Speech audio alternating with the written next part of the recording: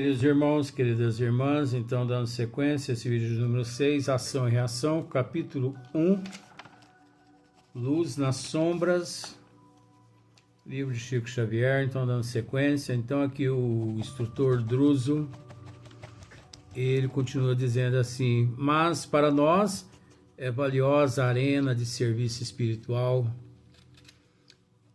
assim como um filho em que a alma se purifica, pouco a pouco no curso dos milênios, acendrando qualidades divinas para a ascensão à glória celeste. A terra, né? Por isso, há que sustentar a luz do amor e do conhecimento no seio das trevas, como é necessário manter o remédio no foco da enfermidade. Tá vendo só? Aqui não é brincadeira. Olha o que Druso está dizendo aqui a André e também a Hilário. Por isso, há que sustentar a luz do amor e do conhecimento. Gente, a luz do amor e do conhecimento é tudo. Não basta a pessoa achar que tem amor, porque sem o conhecimento, aquele amor de nada adianta. E não adianta também a pessoa achar que tem conhecimento, lhe faltando amor, também aquele conhecimento de nada lhe adianta. Ou ele tem 50% conhecimento e 50% amor, ou é preferível não ter nada.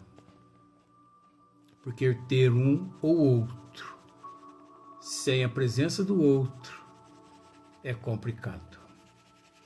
Então olha só o que Druso está dizendo. Por isso há que sustentar a luz do amor e do conhecimento no seio das trevas, como é necessário manter o remédio no foco da enfermidade. É necessário manter o remédio no foco da enfermidade. Ora, aqui na Terra ainda existe um conceito de que a medicina, ela, por desconhecer o foco, ela dá um tiro no escuro. Pois você sabe que aqui na Terra é assim, né? Por exemplo, a quimioterapia. Quem já passou por quimioterapia sabe o que eu estou dizendo. A quimioterapia, que ao mesmo tempo ela elimina do corpo físico o vírus do câncer, ao mesmo tempo ela elimina no corpo muitas proteínas, enfim, a quimioterapia, ela não sabe distinguir o que é célula cancerígena das não cancerígenas. Você sabe que é assim. Mas é preciso manter o foco, né, da enfermidade. É preciso atacar a enfermidade. Então, vamos por partes. Nós temos que nos conhecer, pois Sócrates nos disse: conheça-te a ti mesmo, pois nós não nos conhecemos. Eu me conheço. Bom, se você se conhece, eu respeito, mas eu não me conheço. Ainda não. Pois veja bem, nós somos dotados, que focos são esses? Nós somos dotados de orgulho. O orgulho é um foco. Nós somos dotados de inveja, de ciúme, de avareza, de arrogância, impetulância. nós somos portadores de milhões de vícios. Esses vícios todos significam focos que nós trazemos em nós. E que aqui na Terra nos cabe eliminá-los através da abdicação, através da renúncia, enfim, através da humildade, da paciência, da aceitação. Mas acontece que ao chegar aqui no corpo físico, existe o desculpismo do véu do esquecimento do passado. Por que eu estou usando o termo desculpismo? Porque quantas pessoas retornam à pátria espiritual dizendo, mas eu não me lembrava de nada. Mentira. Nós sabemos aqui na Terra o que é certo e o que é errado. Se nós praticamos o erro, é porque nós ignoramos os desígnios de Deus. Pois eu vou te fazer um teste. Eu boto aqui uma cobra peçonhenta, uma cascavel. E ali, 1 metro de distância, eu coloco um coelhinho branquinho. Eu digo para você, pegue um dos dois e leve para você. Eu te faço essa pergunta agora nesse instante. Qual dos dois você pegaria? O coelhinho ou a cobra cascavel? Ora, eu pegaria o coelhinho. Oh, mas por que você pega o coelhinho? Ah, porque ele não é peçonhento. Oh, mas como que você sabe que ele não é peçonhento? Você não tem conhecimento de nada. Então você conseguiu entender? Então veja bem. Aqui é para você entender, eu vou usar as duas histórias. O homem cobiça uma mulher e trai uma mulher, mesmo sabendo que ele é casado. E mesmo sabendo que ela é casada, ele cobiça e trai. Será que ele não sabe, ou será que ela não sabe que a traição é contra os desígnios de Deus? Será que ela não sabe? Será que ele não sabe que é errado? Pois bem, o homem.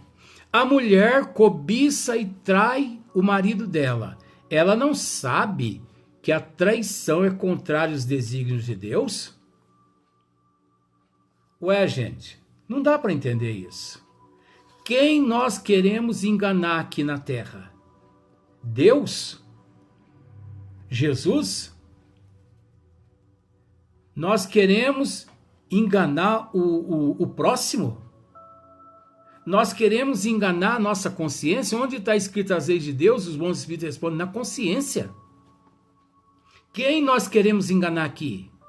A forma conforme você vive condiz com os desígnios de Deus? Condiz. Que certeza você tem? Então, o foco. Que são focos. O foco é o orgulho. O foco é a vaidade, o ciúme, a avareza, a pobreza de espírito, as carências, as necessidades, a arrogância, a vaidade, o consumismo. Isso chama-se foco. Então, eu tenho que me conhecer, eu tenho que me estudar.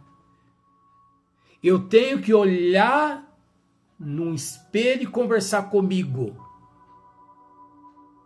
Quais são as minhas falhas? Quais são os meus erros? Onde mais sou falho? Onde sou falho? Então, eu percebo que eu sou orgulhoso por demais. Esse é o foco que eu devo atacar. Eu devo atacar esse foco com todo o poder. com todo medicamento de desobstrução. Se eu descubro que eu sou um ignorante, e eu tenho que atacar esse foco ignorância 24 horas enquanto aqui na Terra eu me encontro, incessantemente, constantemente, ininterruptamente. Pois se eu não mergulho para dentro de mim e não faço por onde de descobrir onde reside em mim as minhas falhas, a minha pobreza, eu retorno à pátria espiritual inacabado, podendo ser até considerado como não vou usar o termo, entendeu? Porque caracteriza várias outras coisas. Então está aí o foco. Quais são os focos teu? Você é portador de ansiedade, angústia, melancolia, depressão, preguiça, desânimo, comodismo. Você se finge de leitão para mamar deitado. Você vive no ombro, nas costas de um, de outro, do governo. Você ainda é escravo de vícios. Você é escravo ainda de hábitos, de atitude, de comportamento. Você ainda é escravo de atitude, de comportamento, de hábitos. Você ainda é escravo. Você ainda é escravo de alguns tipos de síndromes, de pânico, de toque. Você ainda é escravo. Pois preste muito bem atenção. Nós estamos tentando mostrar uma mensagem de que é necessário trabalhar esses focos no sentido da autolibertação. Agora, não desencarne nessas condições, não, depois de ter ouvido o que você está ouvindo aqui. Não continue, não desencarne nas mesmas condições que você se encontra, não. Mude. Modifique-se. Porque senão depois isso aí vai pesar muito na balança que chama-se tua consciência perante os desígnios do Criador. Então, olha só, né? Olha aqui. No seio das trevas, como é necessário manter o remédio no foco da enfermidade. Foco da enfermidade. Então, o foco são essas podridões todas que trazemos. E não deixa de ser uma enfermidade. Nós estamos enfermos. Nós não somos enfermos. Estamos. Porque nós tentamos, de certa forma, dar o golpe no Criador. Nós tentamos, de certa forma, dar o golpe em Cristo, dar o golpe na providência divina. Nós tentamos dar o golpe. Barganhando aqui, barganhando ali. Facilidades aqui, facilidades ali. Não é? Enquanto nos atendíamos, reparávamos lá fora, através do material transparente de larga janela, a convulsão da natureza. Olha só, isso aqui é muito importante. Porque enquanto Druso, né, atendia os quifazeres, né, atendia Hilário e também André reparava lá fora, né, através do material transparente, como se fosse janelas de vidros, imensas janelas de vidros, né? Largas janelas de vidraças. André reparava lá fora a convulsão da natureza. O que significa essa convulsão da natureza? O vendaval em forma de furacão. 24 horas aquele vendaval em forma de redemoinho. Tempestade e mais tempestade de chuvas torrencial. Raios e mais raios, trovões e mais trovões. Olha só. Ventania ululante.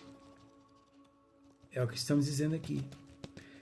Carregando consigo uma substância escura, como se fosse um ectoplasma pegajoso, leitoso, escuro, como se fosse uma lama ali naquele vendaval. Semelhante à lama aeriforme, aquela lama no ar, né? Pastosa, aquela gelatinosa, aquela lama gelatinosa no ar, né? A maneira de treva encachoeirada que batia naquelas vidraças e escorria do topo até o chão, do lado de fora. Pega a vidraça da tua casa, vai lá fora primeiro.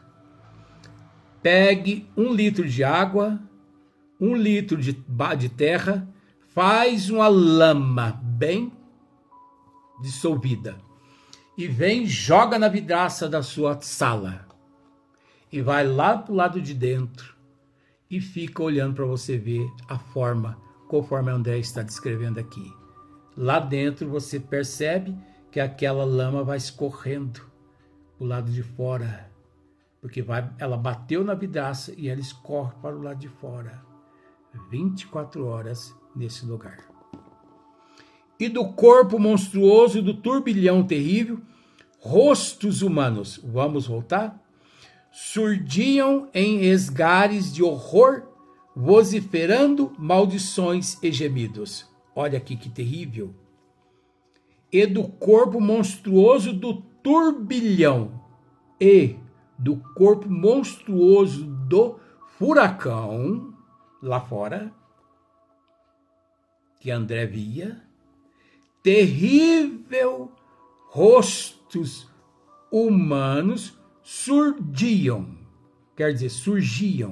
apareciam, em misturada aquele redemoinho, aquela lama, como se aquele furacão fosse composto de seres humanos, de corpos de seres humanos. Em esgares de horror, vociferando maldições e gemidos, xingando, blasfemando, gemendo, rangendo os dentes, vociferando, blasfemando, xingando, implorando, socorro, socorro, socorro. Tenham dó de mim, nos ajude, pelo amor de Deus, pelo amor de Deus. E o redemoinho, ó, com eles, ó, 24 horas ali, fazendo esse círculo. É aqui que a André está relatando, é isso. Apareciam de relance, jungidos uns aos outros como vastas correntes de criaturas agarradas. Você conseguiu entender? Aqueles relances. André conseguia ver aqueles seres agarrados um ao outro, como se fosse micróbios agarrados um no outro, como se fosse bactérias garradas uma à outra para fazer um corpo só ali naquele redemoinho. Como vastas correntes de criaturas agarradas entre si em hora de perigo, na ânsia instintiva de dominar e sobreviver. Na ânsia instintiva de dominar e sobreviver. Então eles se agarravam uns aos outros em meio àquele redemoinho lá fora. E eles gritavam, vociferavam, blasfemavam, gemiam, rangiam os dentes, imploravam, pediam socorro, tudo quanto é forma lá fora. E o interessante é que Druso, ali dentro, daquele departamento, naturalmente, ele, que era o diretor espiritual daquele departamento Mansão Paz, parecia que ele ignorava o que acontecia lá fora. Só André e Hilário estavam preocupados. Druso parecia ignorar tudo o que ocorria lá fora. Por que será? Druso, tanto quanto nós, contemplou o triste quadro com visível piedade a marcar-lhe o semblante. Então, olha só, nada além que piedade, nada além que triste, mas ele não podia fazer nada. Tanto é que, olha só, fixou-nos em silêncio, como a chamar-nos para a reflexão, parecia dizer-nos quanto lhe doía o trabalho naquela paragem de sofrimento, quando Hilário interrogou. Hilário não aguentou e interrogou Druso. Ora, Hilário, junto com André, eles não aguentaram, eles interrogaram.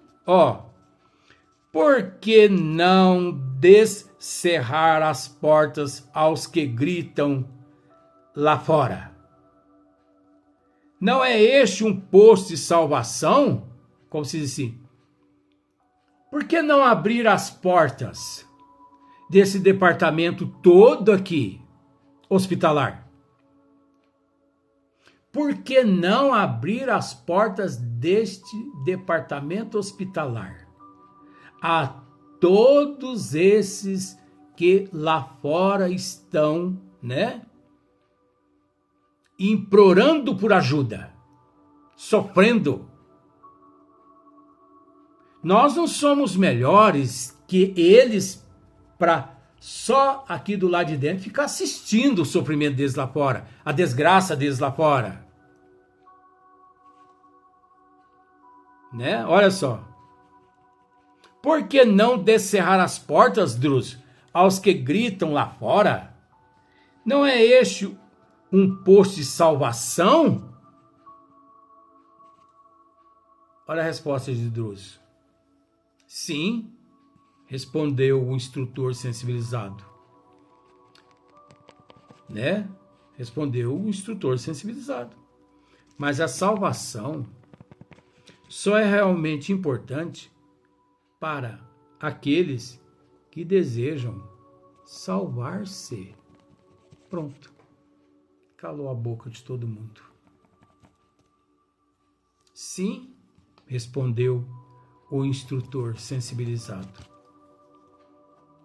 Mas a salvação, meus amigos, só é realmente importante para aqueles que desejam salvar-se. E por um acaso, aqueles lá fora gostariam de se esforçar para se salvar? Será que se as portas daquele departamento fossem descerradas, fossem abertas e Drus dissesse assim: venham, meus irmãos, mas com uma condição: disciplina. Aqui vocês têm horário para tomar banho, aqui vocês vão ter horário para trabalhar, horário para almoçar, horário para tomar medicamento, horário para rezar. Disciplina, vocês vão ter que aderir às normas e às disciplinas desse departamento.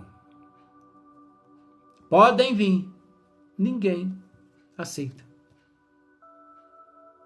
É nesse sentido aí. Porque a pessoa precisa aceitar se melhorar. Eu que preciso aceitar me melhorar. Não é ninguém que me melhora. Não adianta. Não adianta você querer fazer pela pessoa que não quer ser ajudada. Não adianta. A pessoa tem que querer ser ajudada. Ela tem que querer auto se ajudar. Ela.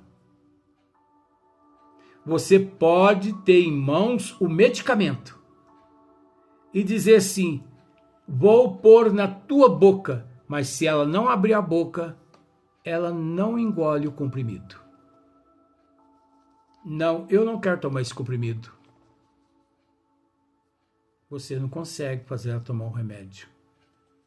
Agora, se ela deseja tomar o remédio, o medicamento não precisa nem estar na tua mão.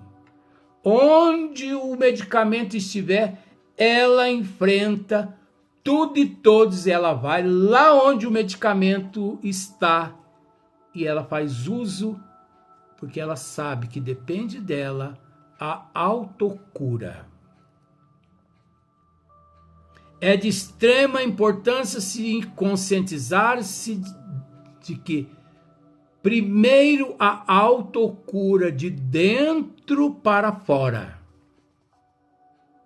depois que se elimina a enfermidade externa. Nunca que se elimina uma enfermidade externa primeiro.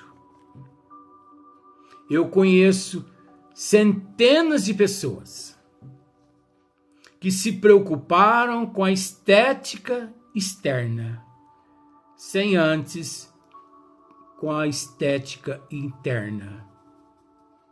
Eu conheço centenas de pessoas que se preocuparam com a cura externa, sem antes com a cura interna.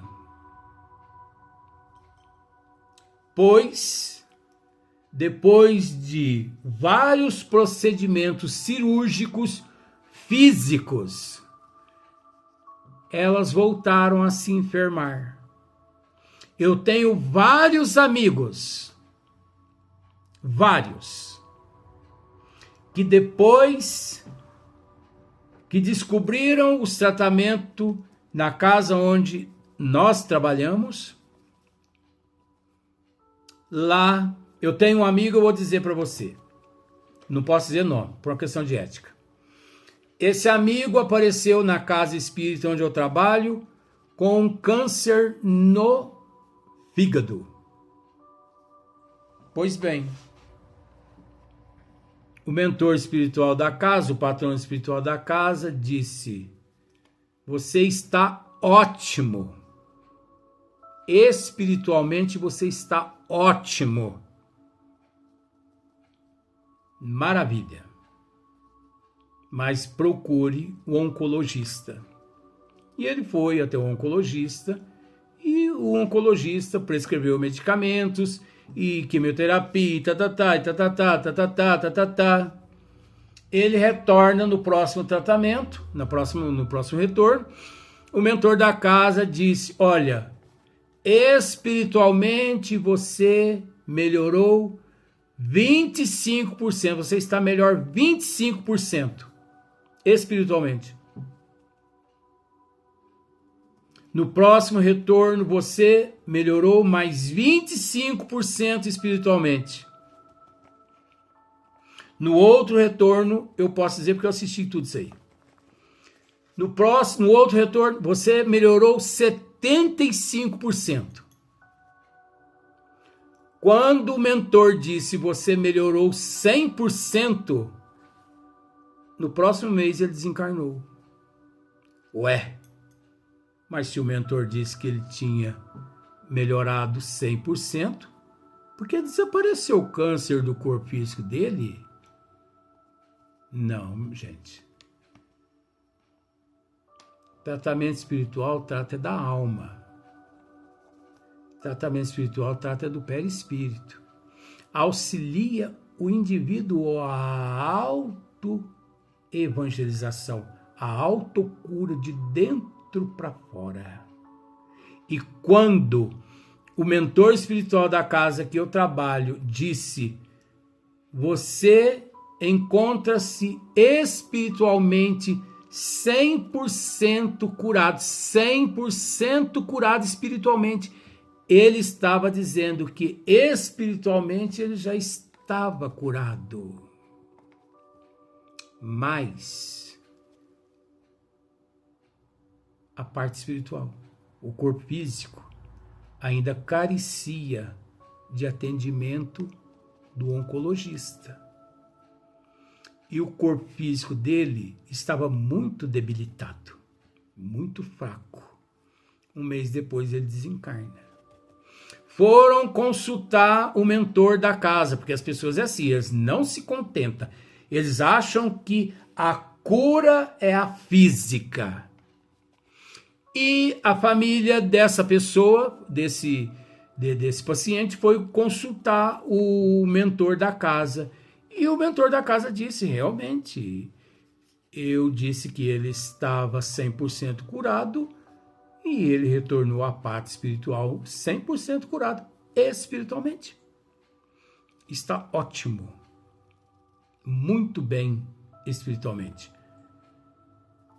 E disse mais, se ele não tivesse se curado no corpo físico, nesse exato momento ele não estaria na colônia sendo atendido pela equipe espiritual médica. Nesse momento, ele estaria preso nas zonas umbralinas, porque quando ele aqui apareceu pela primeira vez, ele encontrava-se sem condição nenhuma de desencarnar. Se ele tivesse desencarnado a primeira vez que aqui esteve, ele teria ido de ponta cabeça, no bom sentido, para as regiões umbralinas. Mas esses meses todos de tratamento espiritual, cirurgias espirituais, a reforma empreendida por ele mesmo se curou e ele conquistou o mérito de ser resgatado quando ele deixou o corpo físico.